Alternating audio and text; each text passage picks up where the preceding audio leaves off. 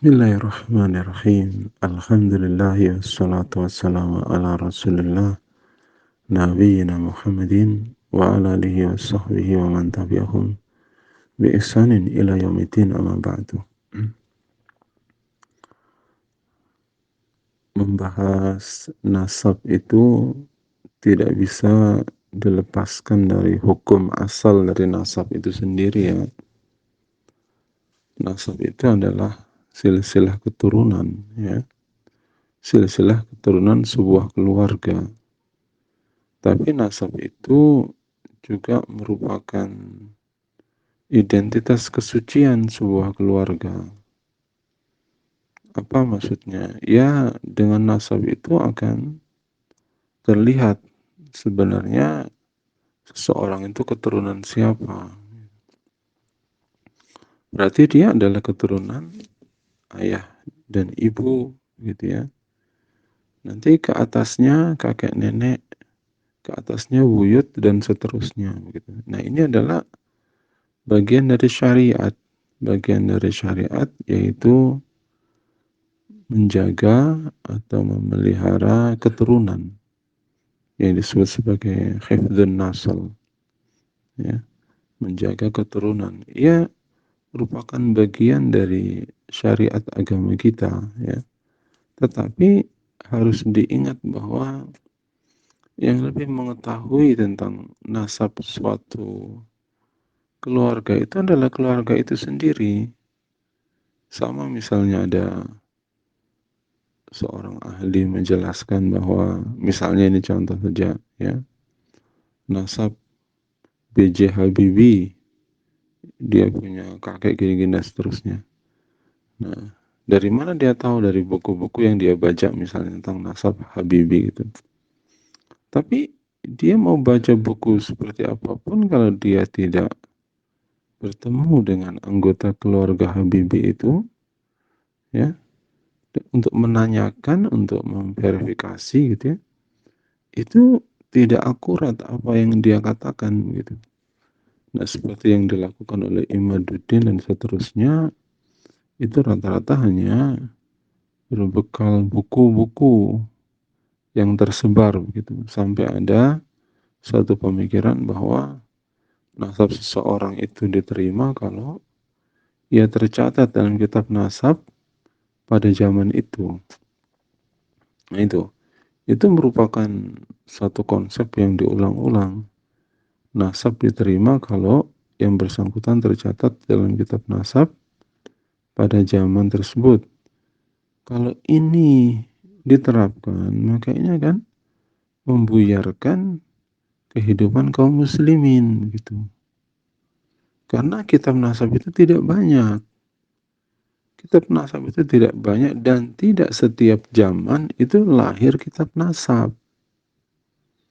Bahkan bisa jadi satu kitab nasab tidak bersambung kepada kitab nasab setelahnya. Jadi bisa dibayangkan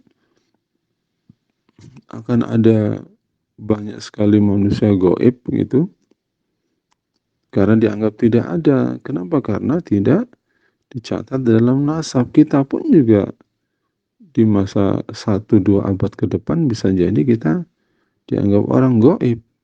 Ya, kita ini, saya, bapak, dan seterusnya ini dianggap orang gaib. Kenapa? Karena nama kita nggak tercantum dalam kitab nasab yang lahir di zaman kita ini. Ada nggak kitab nasab yang lahir di zaman kita ini? Ada tidak? Nah, kemudian kalaupun ada, terus nama kita ada nggak di situ? Kan umat Islam kan kira-kira jumlahnya hampir 2 miliar ya. Umat Islam kan hampir jumlahnya 2 miliar nih, ya kan? Menurut sensus di catatan penduduk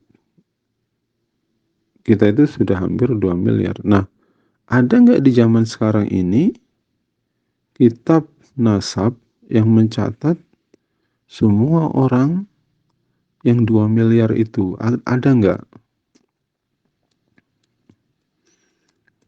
Harus ada kalau mengikuti teorinya bapak tersebut. Termasuk teori itu juga diakui oleh Ustadz Menachem Ali ya. Ya kalau begitu mungkin yang tercatat hanya orang-orang terkenal saja, ya tidak. Paling isinya hanya kurang dari 1%. Nanti yang 99% sisanya dianggap goib. Jadi itu adalah konsep yang berbahaya karena itu adalah mematahkan tujuan syariat Islam, yaitu menjaga nasab, menjaga keturunan itu. Jadi keturunan umat Islam itu terjaga dengan melaksanakan syariat, dengan pemberian nama, ya, dengan mengumumkan walimah pernikahan, ya, dengan mengikutkan anak-anak ke sekolah. Itu cara menjaga nasab yang selama ini berkembang, ya. Jadi itu adalah persoalan yang tidak sederhana. Teori yang dikatakan wujud seseorang, eksistensi seseorang harus tercatat dalam kitab nasab pada zamannya itu membahayakan, sebab kitab nasab itu tidak banyak, satu. Terus yang kedua, tidak setiap zaman lahir kitab nasab. Sementara umat Islam tidak pernah berhenti berketurunan, ya tidak. Yang ketiga adalah tidak semua orang tercatat dalam kitab nasab, bahkan hanya sedikit saja yang tercatat. Paling sederhana misalnya disebutkan saat Rasulullah Shallallahu Alaihi Wasallam wafat, disebutkan katanya ada jumlah umat Islam, para sahabat di masa itu lebih dari 100.000 gitu. Ada nggak sih kitab dalam catatan ulama yang mencatat semua nama-nama itu? Nggak ada, nggak ada. Tapi kalau kita percayai, ya, teori tersebut, berarti nama-nama sahabat Nabi ya hanyalah yang tercatat di dalam kitab-kitab saja, selebihnya tidak ada. Kembali kepada konsep yang tadi, bahwasanya nasab itu kan persoalan bagian dari kepentingan sebuah keluarga. Kepentingan sebuah keluarga. Jadi dalam keluarga itu ada bapak, ibu, kakek, nenek, anak, dan ada wujud manusianya gitu ya. Ada harta benda mereka yang dinamakan sebagai warisan gitu ya. Kemudian ada nama-nama mereka yang berkaitan dengan identitas, juga ada nasab, ada silsilah keturunan. Itu bagian dari unsur-unsur kehidupan sebuah keluarga muslim gitu. Dan semua perkara itu masalah privasi, masalah yang dilindungi gitu. Makanya kita ini sebagai muslim jangan senang-senang untuk mengkritik nasab orang lain, merasa bangga dengan menemukan kepalsuan nasab.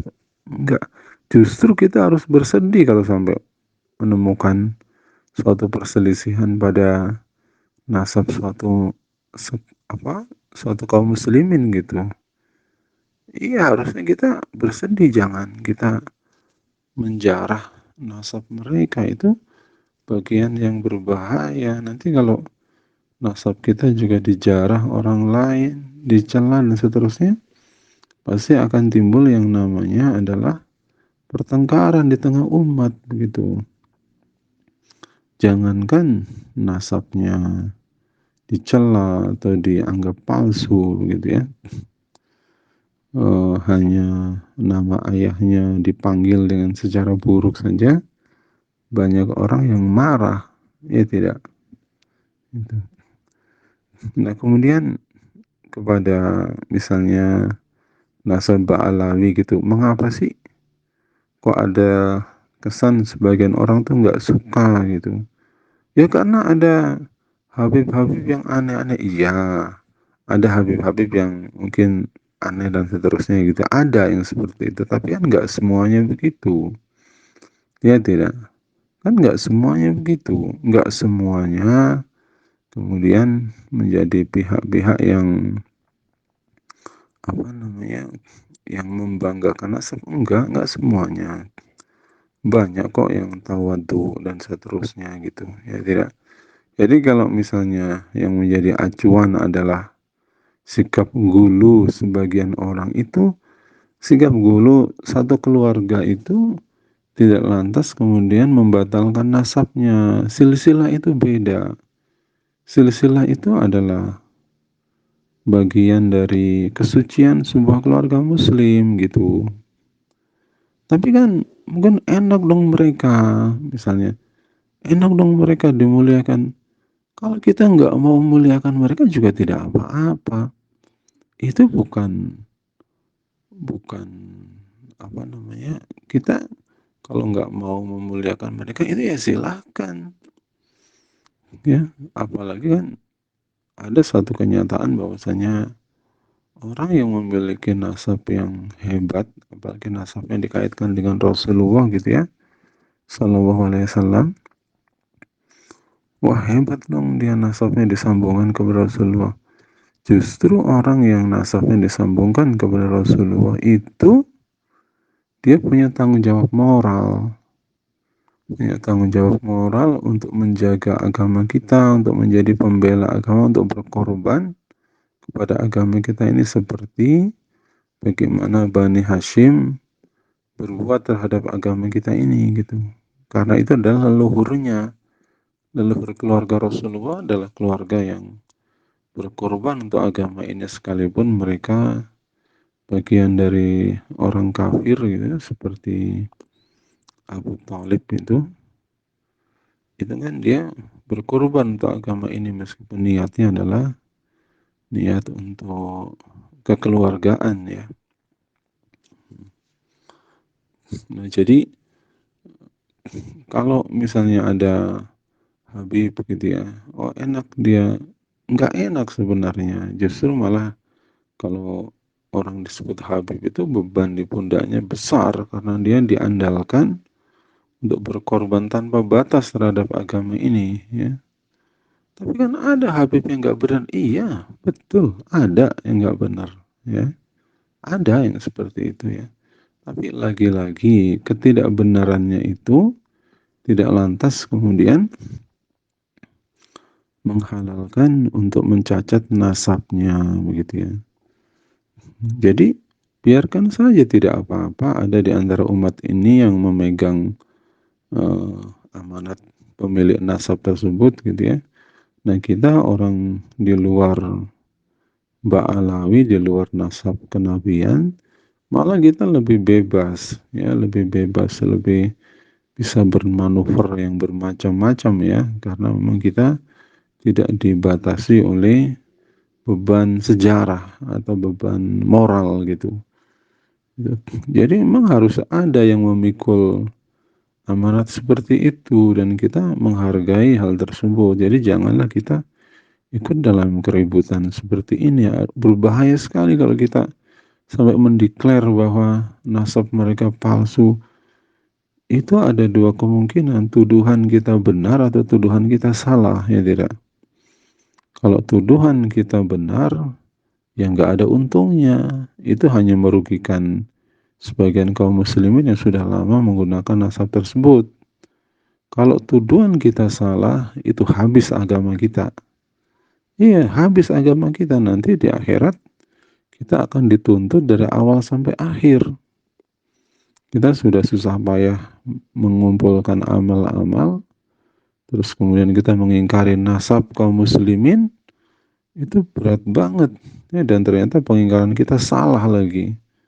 Apalagi kepada yang disebut sebagai dzurriyyah Rasulullah Shallallahu Alaihi Wasallam. Kalau kita salah, kita udah declare kemana-mana ya habislah kita. Kalau kita mengkritik, kita nggak meyakini secara pribadi boleh, tidak apa-apa, ya. Tapi tidak disebarkan, ya, itu. Nah, itu saja yang bisa saya sampaikan. Wallahu a'lam bishawab.